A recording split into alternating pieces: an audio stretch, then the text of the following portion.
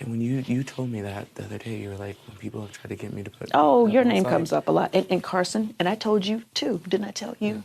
When we talked, I said, and I don't know what the deal is with Carson, with you guys, but Carson has definitely tried to protect you as well, for you not to be in our alliance. And you've never been like, let's do Todrick. And you came in here and you said, I'm rooting for you. Like, I want you to get as far as you can in this game. And I'm I told you not coming out for you. And I appreciated that you were saying that. Obviously, I was on the other side of the house, and you were her on the other side of the house, so I couldn't say back to you, like, I'm not gonna whatever, but it was never my goal to be the person to put you up. I was like, but if you go up, obviously, like, I'm gonna vote with the side of the house on a game level. And that would have been fine. Oh my God. But I feel... As long as it's not, just don't be shady. No. That's all. If you have felt any shade, it has been definitely because I've been like... No. Because you know that she's been trying to do a final four with you guys the whole damn time.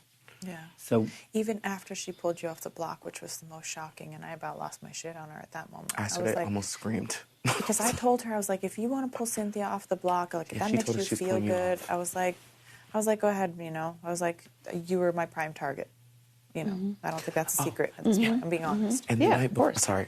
But I was like, that's if you feel like that makes things you feel better, and I have a soft spot for you too. It's kind of like, you know what I mean? It's like, okay, so, and then when she did that, and then but I came up to her the night before when she said, when you were like, yeah, she might pull Cynthia off, and I was like, she's working with him, Miesha, and she was like, no, and I'm like, why would she pull Cynthia off to make her feel good for 48 hours if she knows that Carson's going home? And she was like, not willing to like even consider it. I was like, Miesha, she would not do that. She's not that close to Cynthia. Why she do you wouldn't think pull I was so mad that the day I was like, once I figured that out, and I was like, he's been right. I was like, he's Mr. Predict this shit. I've been saying this from because I always want to believe the best in people. And I was like, if she pulls Cynthia down, and I was like, you should not tell Chris Kirkpatrick, because she was going to pull you down because she thought that she might put up Todd as a whatever, and then they could vote Todd out, and then everybody would still be on your side. I'm like, if she pulls her down, you need to put up Chris Kirkpatrick.